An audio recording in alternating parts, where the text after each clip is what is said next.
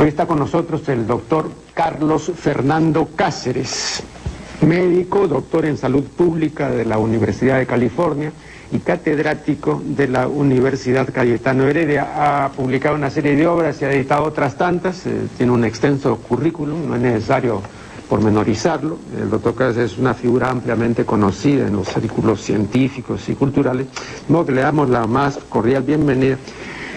Él es uno de los 4 editores de una obra multiautoral titulada Ciudadanía Sexual en América Latina, abriendo el debate. De modo que vamos a comenzar esta conversación preguntando al invitado ¿qué es exactamente ciudadanía sexual? Bueno, doctor Deneyri, ante todo es un placer estar acá nuevamente con ustedes y agradezco mucho la invitación. Creo que es una buena ocasión. Vivimos en este momento, este año, procesos que hace interesante e importante plantear esos temas. Ciudadanía sexual tiene que ver con ciudadanía, en principio, es decir, con el derecho a tener derechos. No solo visto, digamos, desde una perspectiva estática, sino también en el sentido de activo de poder ejercer este derecho a tener derechos a través del reclamo de estos derechos, ¿no? O sea, perdón, digamos, el ciudadano sexuales como sujeto que tiene derechos políticos y que ejerciéndolos interviene en el gobierno del país. O sea, no es simplemente un tenedor de derechos, sino también... Así es, claro. En esa acepción propositiva, ¿no? Ya. Y ciudadanía sexual tiene que ver con el derecho a tener derechos sexuales y esta práctica activa de reclamar estos derechos sexuales. Justamente esa especificación es la que algunas personas que trabajan en derechos humanos hasta cierto punto critican, en la medida en que dicen que los derechos deben ser vistos de manera general, ¿no? Y cuando los restringimos a un área específica, de alguna manera estamos contribuyendo a recortar la ciudadanía, ¿no? Esa es como una crítica que se suele hacer al término, pero digamos que es una crítica en un balance en el cual hay obvios lados positivos a la posibilidad de especificar sexualidad y derechos sexuales, ¿no? Entonces es un término que se está comenzando a emplear en abogacía, en derechos sexuales y reproductivos, en el contexto regional sobre todo, y hasta cierto punto en medios anglosajones también. Sin embargo, de manera interesante, en Brasil y en algún grupo en Bolivia se comenzó a trabajar este tema que de alguna manera nosotros hemos recogido también en un proyecto que tenemos en Cayetano Heredia, en la Facultad de Salud Pública, que se llama Sexualidades, Salud y Derechos Humanos en América Latina, ¿no? Auspiciado por la Fundación Forte. Este proyecto tiene un sitio web que se llama justamente www.ciudadaniasexual.org. De hecho, buena parte de las discusiones tiene que ver con temas que de alguna manera se vinculan desde nuestro punto de vista a este concepto de ciudadanía sexual como concepto emergente. Ahora, en los últimos 10 o 15 años, los últimos 10 años sobre todo, ¿no? Hay un adjetivo que suele unirse al vocablo sexualidad, y que es el adjetivo hegemónico, ¿no? O sea, sexualidades hegemónicas y sexualidades no hegemónicas. Esto significa que hay sexualidades que por no ser hegemónicas son marginales o son sexualidades interdictas o cuestionadas o estigmatizadas, etcétera, ¿no? Indudablemente aquí hay una relación, digamos, en el reclamo de derechos, ¿no? Referido a todos estos grupos, ¿no? Que por diferentes razones que habría pues en cada caso que analizar, se han visto privados de una serie de opciones y de posibilidades que las sexualidades hegemónicas tienen. Definitivamente este concepto de hegemonía que se toma de Gramsci tiene un uso muy importante en los últimos 20 años en ciencias sociales. Y hablando de roles de género hegemónicos y de sexualidades hegemónicas, estamos hablando de la norma, ¿no? De la norma de lo que, digamos, se establece como el principio a seguir. Y justamente uno de los puntos de vista a partir de los cuales se utiliza esta perspectiva plantea que la sexualidad no tiene esa estructura de normalidad ¿no? Digamos de manera natural. O sea, no hay una sexualidad natural y normal y sexualidades, digamos, anormales, irregulares, que son estas alternas, sino que la sexualidad es un campo socialmente construido en base a procesos históricos que están marcados por relaciones de poder, ¿no? Y por lo cual las sexualidades menos aceptadas no son necesariamente malas o anormales, ¿no? Ni mucho menos, sino que en este proceso histórico de poder han estado en desventaja, ¿no? Invisibilizadas y proscritas, ¿no? Entonces, de alguna manera este proceso plantea la necesidad de justamente visibilizarlas y reclamar derechos. Ahora, yo más de una vez he puntualizado que la llamada normalidad y las anormalidades habidas y por haber y posibles, ¿no? Siempre contraponen, ¿no? Algo que desde un punto de vista evolutivo y filogenético no se tiene que contraponer en absoluto, ¿no? Porque desde el punto de vista de la filogenia hay una pura normalidad que es la normalidad del sexo reproductivo y la perpetuación de la especie, ¿no? Y entonces el sexo sirve para eso, ¿no? Y como yo he dicho más de una vez acá, la naturaleza o la filogenia o el creador para los creyentes nunca previó un software para el erotismo. Y toda la problemática, digamos, de la sexualidad contemporánea es porque hay esta carencia de software que hay que hacerlo, hay que construir eso, ¿no? Y entonces en ese sentido sí es una construcción social, cultural, etcétera. Pero en un sentido, digamos, puramente natural, ¿no? Nunca pudo ser previsto eso. Y a mí me parece que ha habido una proyección absolutamente indebida de este sexo reproductivo, ¿no? Como único posible o como único normal, ¿no? Y por supuesto el consiguiente no reconocimiento de esta otra dimensión, que es una dimensión humana, lúdica, remuneradora, ¿no? Del sexo no procreativo. Pero creo que el balance fue porque las pautas, entre comillas, o las normas, ¿no?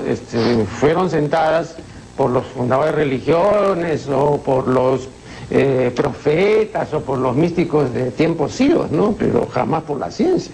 O sea, tenemos un legado que tiene muchísimos siglos y parece que todavía no tenemos la posibilidad de desprendernos completamente.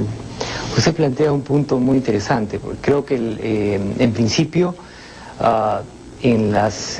hablando de evolución, en las especies más primitivas probablemente el imperativo era la reproducción, pero conforme se va ascendiendo, si se quiere, en una escala evolutiva y llegando a especies más complejas, definitivamente comienza a haber una sexualidad no reproductiva, ¿no? Esto no es solo patrimonio del ser humano, sino de varias otras especies, ¿no? Y de hecho, ahí es que queda claro que la sexualidad puede ser bastante más que lo que tiene que ver con cumplir fines reproductivos. Ahora, en esa medida, digamos, por mucho tiempo, incluso, porque no estamos hablando solo de, digamos, perspectivas religiosas, inclusive las perspectivas científicas iniciales planteaban un discurso sobre normalidad sexual centrado en lo reproductivo, ¿no? Claro, la psicopatía sexual, digamos, del siglo XIX era pues la patologización más completa de lo sexual.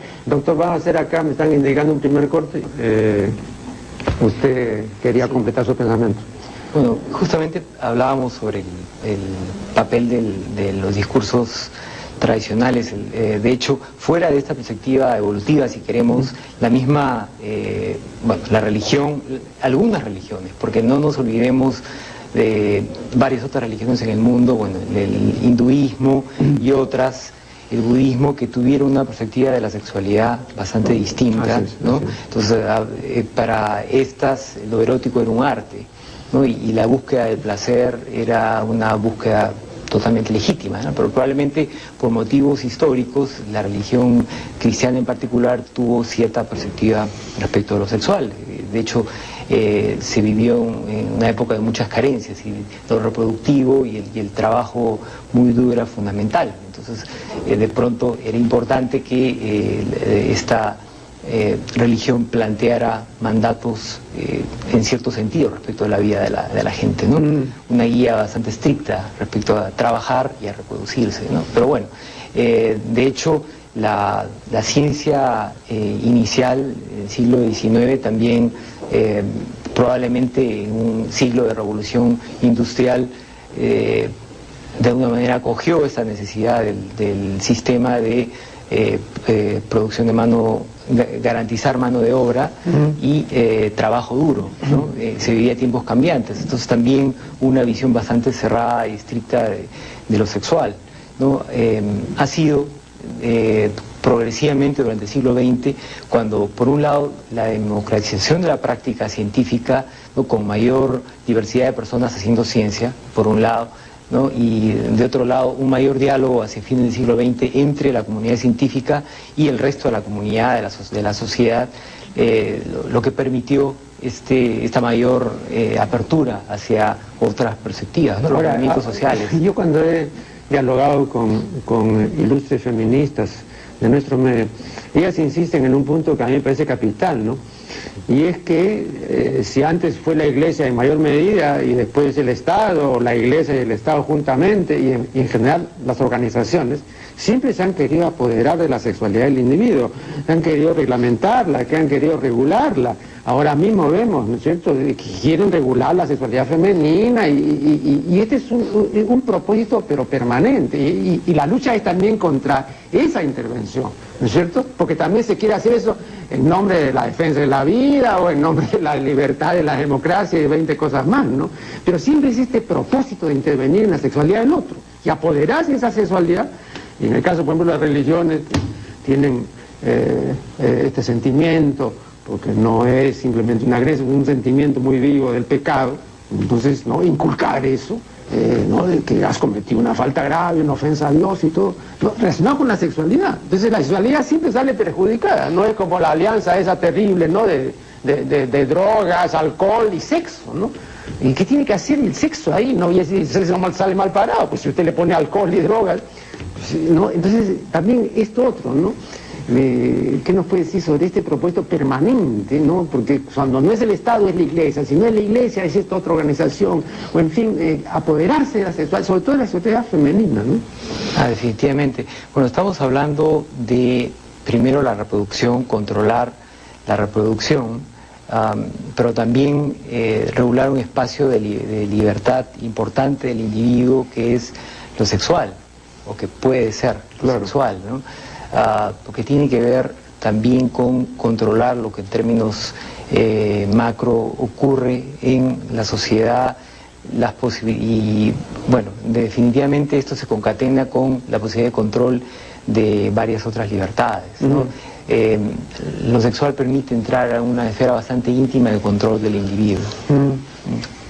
Le voy a hacer ahora una pregunta que hace Nancy Palomino comentando la ponencia de Richard Parker.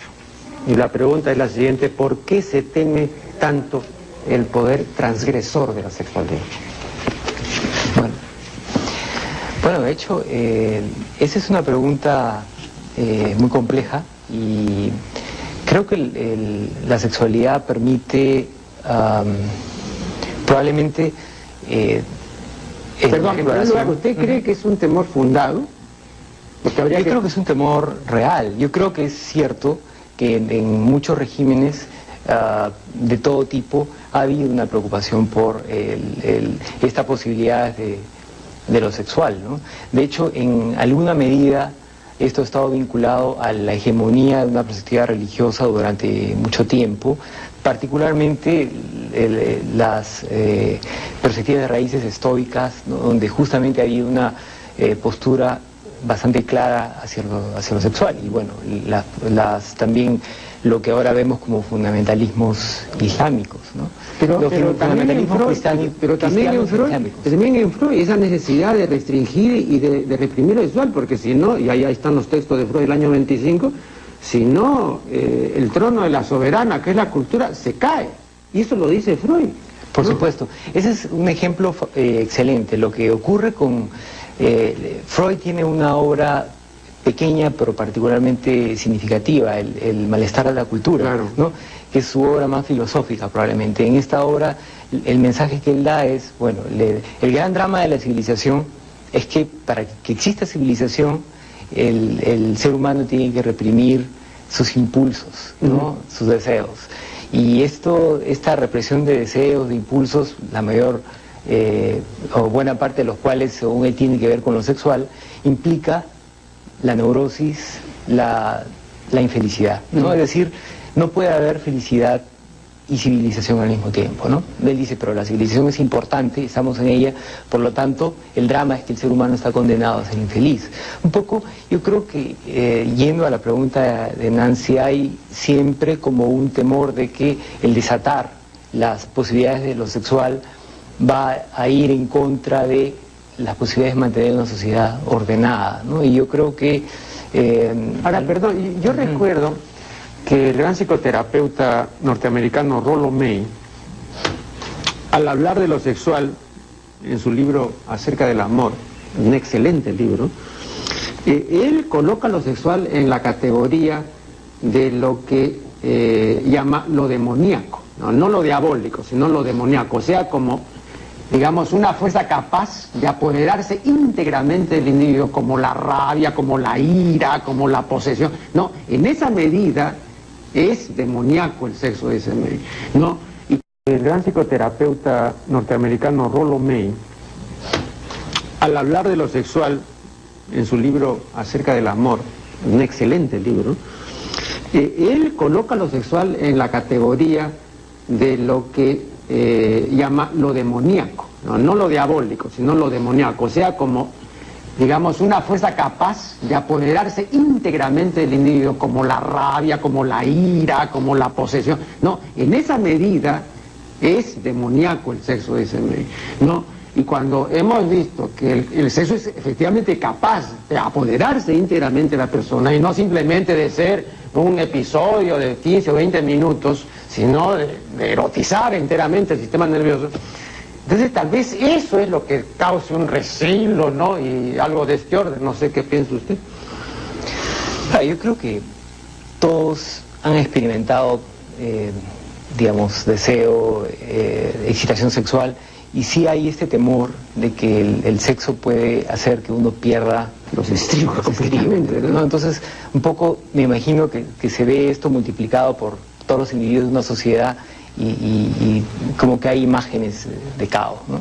Pero obviamente entre un escenario como ese y bueno y el control estricto de la sexualidad de los individuos, de alguna manera la opresión de lo sexual, hay una diferencia, hay una distancia grande, ¿no? Probablemente yo creo que los movimientos que trabajan ahora por derechos, este concepto nuevo de derechos sexuales que tiene que ver con esta ciudadanía sexual, luchan por una apertura que no tiene que ver con el caos sexual, ¿no? Si es que de alguno se puede hablar, sino que luchan por el ejercicio de derechos cuya legitimidad está en que el derecho de uno termina donde comienza el derecho del otro, ¿no? Entonces, para que uno pueda tener tiempo y posibilidad de ejercer derechos, obviamente uno tiene que garantizar una civilización que permita que haya bueno, medios para sobrevivir, ¿no? Para tener tiempo libre, etcétera, ¿no? Entonces, yo creo que el gran temor de la involución en términos de civilización no tiene mucho sentido, bueno, es un escenario posible pero remoto, ¿no? Yo creo que, pero es un fantasma muy presente, como usted lo plantea. Una nueva pausa y ya volvemos.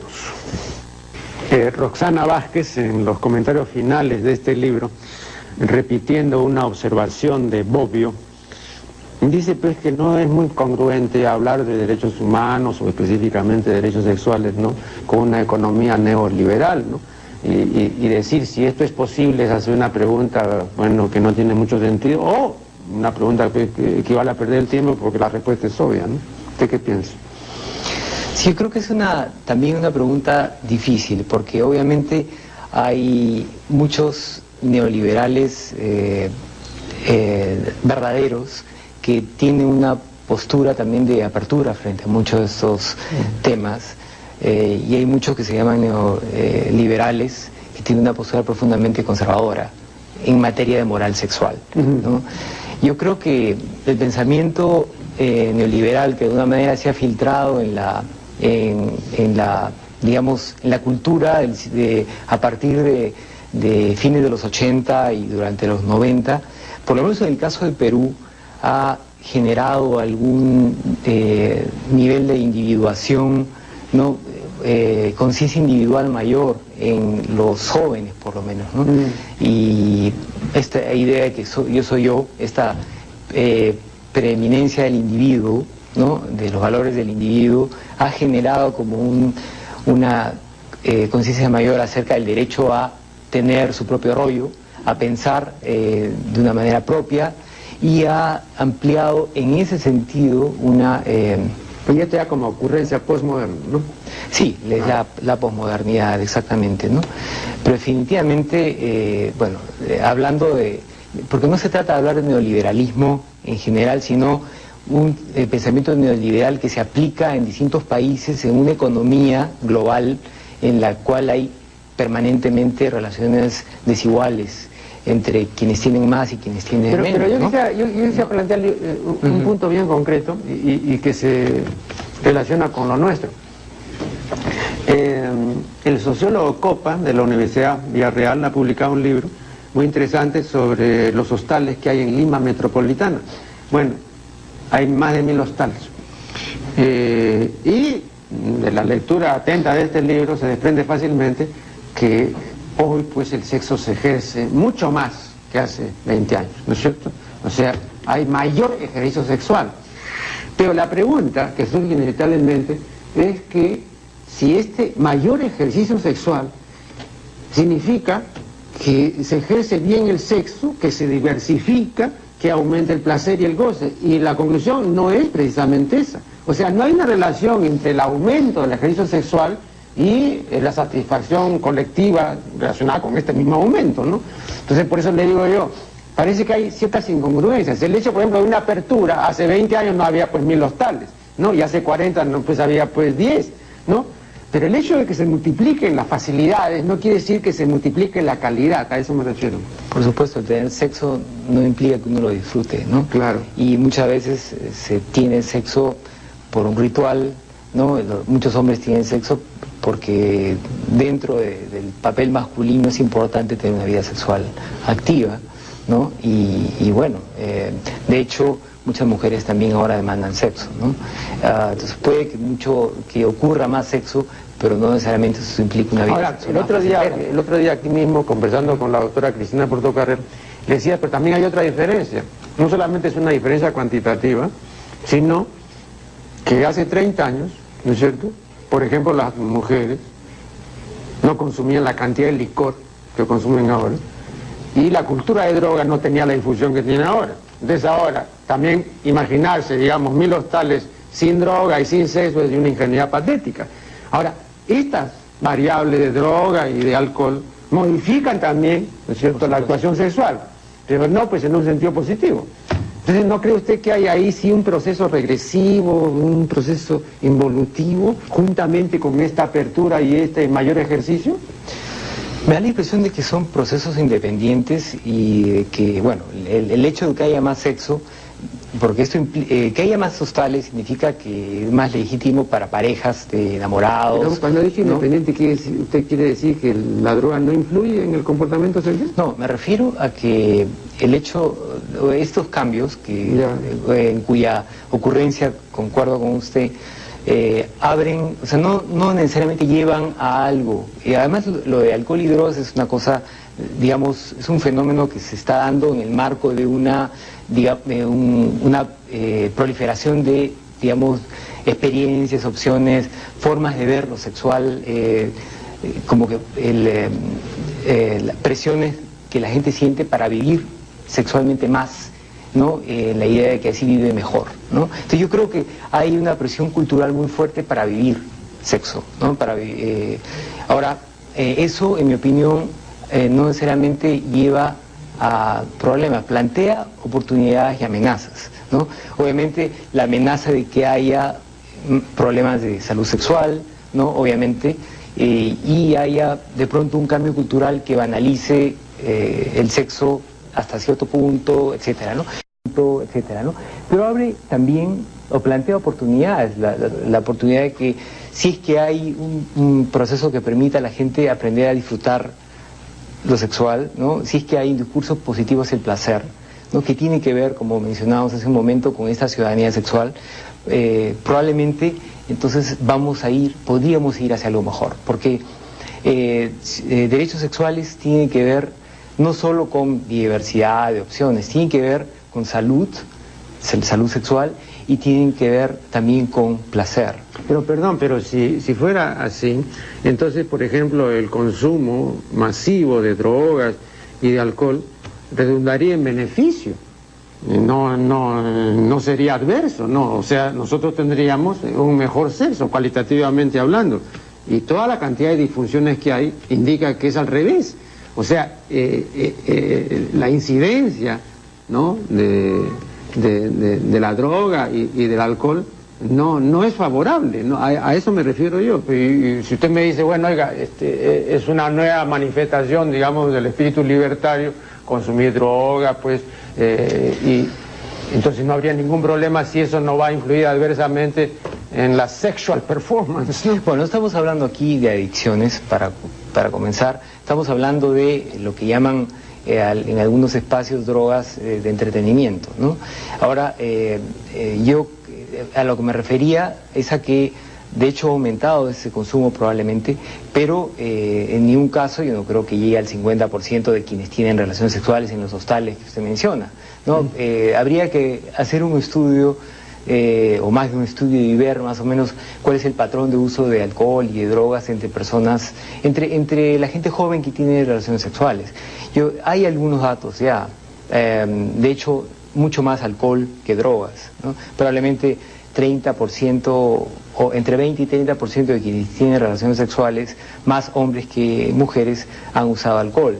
Pero el consumo de drogas antes de las relaciones probablemente no pasa del 5%, ¿no? Entonces, de hecho, esto es un elemento más que está ahí presente. Y hay que ver qué efectos producen en algún grupo específico, ¿no? Doctor, para terminar, porque me están indicando que ya disponemos de muy poco tiempo, ¿usted cree que puede haber una salud sexual democrática?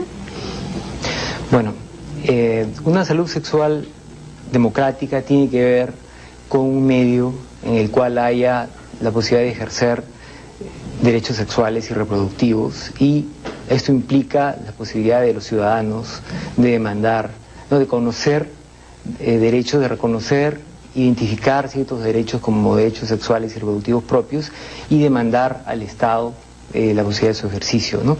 Esto implica por parte de los profesionales de salud la necesidad de reconocer esos derechos también, ¿no? De modo que la práctica de la salud y la situación de la salud de las personas refleja este diálogo, respeta este derecho de las personas. Fue la voz y presencia del doctor Carlos Fernando Cáceres, a quien agradecemos realmente por su valiosa colaboración.